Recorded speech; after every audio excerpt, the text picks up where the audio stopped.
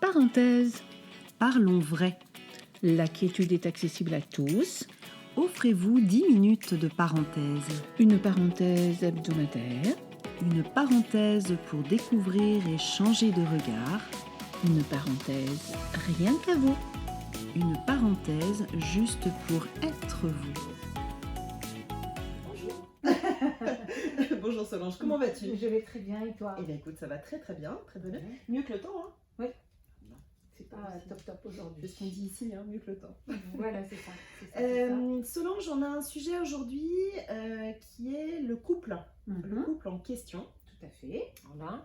Et ça tombe très bien parce que j'ai eu une personne dans mes accompagnements qui se cherche un peu, qui me dit oh, j'ai envie d'aller voir sur des sites de rencontres. C'est quelqu'un qui est seul, hein, c'est une femme hein, qui a la cinquantaine et qui est seule depuis longtemps et qui a besoin, elle me dit, hein, c'est vraiment ces termes, hein, j'ai besoin de retrouver quelqu'un, j'ai besoin des bras d'un homme, j'ai besoin d'être avec quelqu'un qui me protège pour avoir confiance en moi, etc. etc. D'accord. Et bon, effectivement, c'est pas ça le couple. Et du coup, je me suis dit que ça pouvait être intéressant de parler de ce sujet-là. De parler vrai. Voilà. Et de ne pas être perché. Tout à fait. Effectivement. Donc du coup, qu'est-ce que tu pourrais, toi, dire peut-être à cette personne, voir un peu si on est raccord, par rapport au couple en question. Je suis désolée, j'ai un truc dans l'œil. Oui, bien sûr. Bah, en plus, ça fait partie des ateliers que je peux animer, donc sur le couple, comment faire couple, le couple en question, etc. Alors, tu as dit quelque chose de très intéressant, à savoir, cette patiente dit j'ai besoin d'eux, etc. Exactement. Donc, j'ai besoin, si effectivement on se sert, entre guillemets, d'autrui pour combler un besoin, ça ne va pas aller du tout. Donc le couple obligatoirement part sur de mauvaises fondations. Donc le couple déjà, pour pouvoir faire couple avec quelqu'un, c'est important de pouvoir réaliser son couple intérieur. C'est-à-dire d'avoir être au clair par rapport à des manquements qu'on peut avoir, à justement des besoins, un vide de quelque chose. Ça peut être une présence, ça peut être un besoin de sécurité, ça peut être beaucoup de choses. Mais si on va le chercher chez l'autre, obligatoirement, le couple ne va pas pouvoir se faire parce que si j'ai un besoin de sécurité, c'est certainement pas l'autre qui va combler ce besoin de sécurité, que ce soit une sécurité affective, une sécurité matérielle, financière, etc. De façon, si on a une vision un peu tronquée, effectivement, on va avoir cette illusion que l'autre va combler nos espoirs les plus fous. Complètement. C'est un peu le mythe de Cendrillon. Hein. Donc, pour qu'un couple soit effectivement solide et durable, c'est effectivement déjà d'avoir cet équilibre intérieur, cette sérénité intérieure qui nous rend capables de pouvoir faire couple avec l'autre. Et en fait, il y a moi, il y a l'autre et il y a le couple. Et le couple, c'est une entité à part entière. Donc, ce qui est important, c'est vraiment de ne pas combler le vide, le manque ou d'accéder aux besoins de l'autre et vice-versa, mais au contraire, d'être suffisamment fort, comme les deux piliers d'un temple, pour pouvoir justement construire un projet de vie à deux, avoir des attentions l'un pour l'autre, nourrir son couple, etc. Donc c'est ça qui déjà est très important de bien comprendre. On le voit vraiment hein, dans les ateliers sur le couple. On approfondit beaucoup cet aspect-là parce que faire couple à l'intérieur de soi, ça fait référence aussi aux deux grandes énergies que nous avons à l'intérieur de nous, l'énergie yin, l'énergie yang, notre capacité à recevoir, notre capacité à donner. Voilà, hein. Donc c'est déjà avoir cet équilibre à l'intérieur de soi que l'on peut renforcer avec des exercices qu'on peut avoir en yoga d'énergie, avec des équilibres, des choses que j'adore, comme ça. Tu sais. Voilà, tout à fait. Et ensuite, justement, pouvoir accueillir l'autre tel qu'il est sans chercher à le changer. Un pommier ne donne pas des ananas. Donc, si effectivement je suis en attente de quelque chose de la part de la personne avec laquelle je fais couple, ça ne va pas aller. C'est pas comme ça que ça fonctionne. Cette personne ne peut pas me sauver. Du En tout, clair, c'est ça, du hein, tout, que du tout, ça peut vouloir dire aussi. Ouais. Ça peut vouloir dire ça aussi, complètement. Donc ça, c'est la première étape. La deuxième étape, c'est effectivement accueillir l'autre tel qu'il est, ne pas chercher à le changer, ne pas chercher à être, par exemple, nous en tant que femmes, une mère pour, ou autre chose. Hein, Ah mais oui, c'est déséquilibré dans ces cas-là, effectivement. à être son thérapeute ou etc. Donc ça, c'est aussi un autre point qui est extrêmement important. Et le troisième point, c'est de nourrir son couple. Nourrir son couple au quotidien. Ça ne veut pas dire s'envoyer des SMS ou appeler chérie toutes les 30 secondes. C'est pas ça du tout. Nourrir son couple au quotidien, c'est effectivement peut-être avoir des attentions mutuelles l'un pour l'autre, des petites choses du quotidien, hein, sans pour autant en devenir esclave. De marquer sa présence auprès d'autrui pour justement alimenter son couple. Ça, c'est un point qui est important. Privilégier également des moments de tête à tête, uniquement nous deux en fait. Donc peut-être un rendez-vous, j'aime bien proposer ça, un rendez-vous hebdomadaire, où voilà, le couple se retrouve pour une activité, simplement pour pouvoir partager quelque chose en commun. Voilà, ça peut être un week-end, ça peut être une soirée, ça peut être un massage, ça peut être, je sais pas moi, aller se balader tous les deux, peu importe. Mais avoir un moment cocoon tous les deux. Et ça, c'est un point important. Autre point important également, vraiment prendre conscience que si je suis dans cette dynamique-là de construction de mon couple, si j'ai des enfants, je les conduis à avoir une vision saine du couple. Et de ne pas voir chez papa et maman que papa et maman, c'est aussi un homme et une femme. Et qu'un couple, ça se construit petit à petit.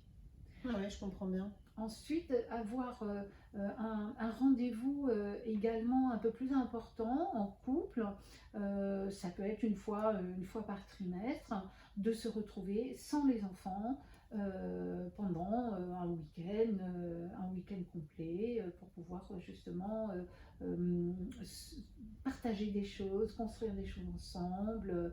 Ça peut être participer à un stage, ça peut être pratiquer une randonnée sur plusieurs jours. Enfin, il y a plein de possibilités. Un voyage, etc. Effectivement, oui, tout à fait. Et puis également, pour nourrir son couple, ce qui est important, c'est de communiquer. Surtout de communiquer, de pouvoir échanger avec la personne qui nous accompagne sur les difficultés qu'on peut rencontrer dans notre relation avec elle, de pouvoir échanger, dire voilà comment moi je me sens par rapport à notre couple en ce moment, j'ai besoin de ça. Et non pas tu pourrais faire ci ou tu pourrais faire ça, je t'ai demandé déjà, ou bon, ça c'est du...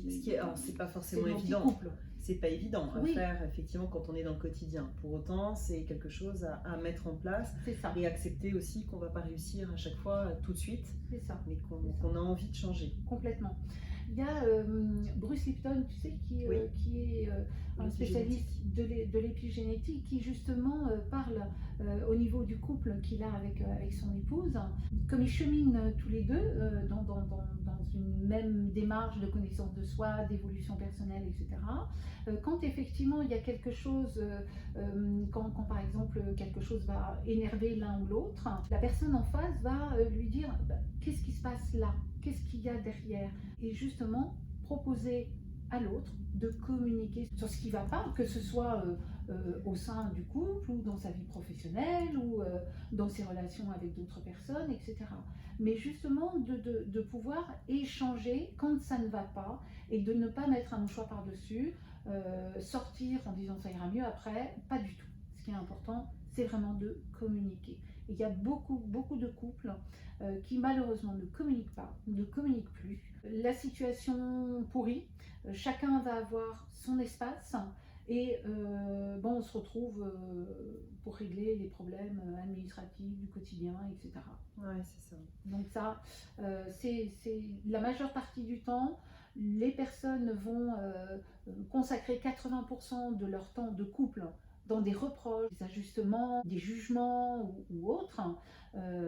Et du coup, il reste pas beaucoup de temps après pour justement pouvoir partager, etc.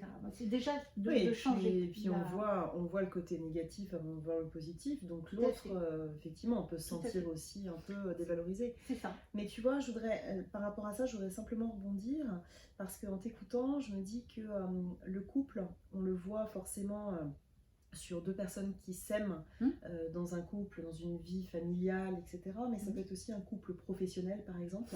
Aussi.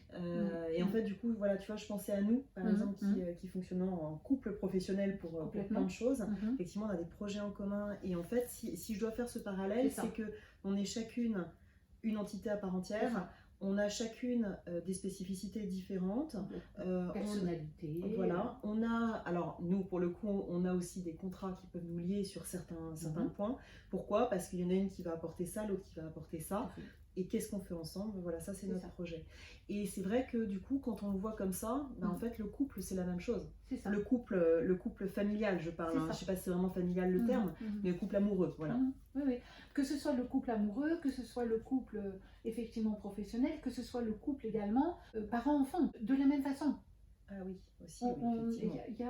Il y a aussi la même logique et la même dynamique par rapport. Qu'est-ce qu'on apporte, effectivement, chacun est différent. Et du coup, on a du respect, on a cette confiance en l'autre aussi. C'est-à-dire se dire, bah voilà, on accepte que l'autre est différent, on respecte aussi sa propre pensée. Effectivement, quand on est enfant, parfois, on a certains parents qui peuvent dire non, attends, c'est moi qui ai raison, et puis voilà. Voilà. Ou l'enfant qui peut prendre aussi un peu trop de place. Et non, l'idée c'est vraiment que chacun soit à sa place. Oui. Un dernier point par rapport au couple familial, le couple amoureux. Ne pas faire les choses parce qu'il faut le faire. Je pense souvent au déjeuner dominical chez la belle-mère, alors que je ne peux pas sentir ma belle-mère en belle-maman. Voilà, belle-maman.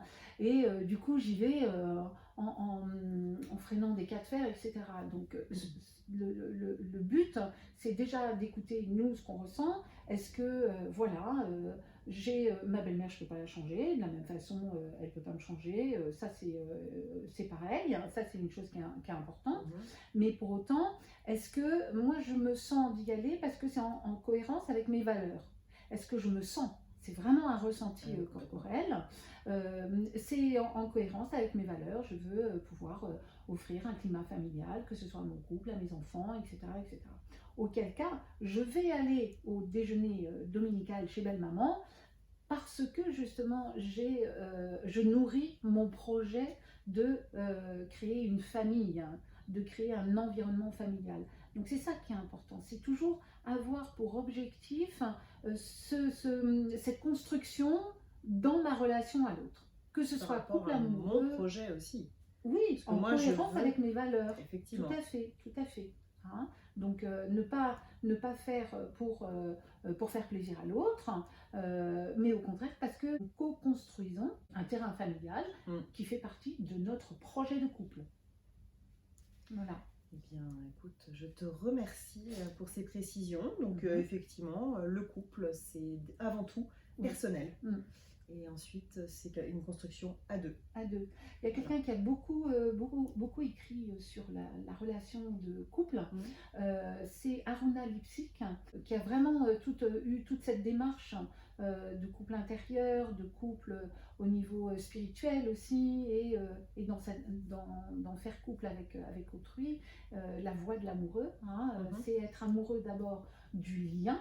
Je ne suis pas amoureuse de l'autre, je suis amoureuse du lien et j'entretiens ce lien. C'est le couple en fait. J'aime beaucoup ce que propose Aruna Lipsik dans tout son cheminement et les ateliers qu'elle peut proposer sur le couple. Voilà ce que je voulais partager. Eh bien écoute, je te remercie. Merci à toi. Et merci à vous pour votre écoute. Merci. Et on vous dit à la semaine prochaine. À la semaine prochaine. Au revoir Solange. Au revoir.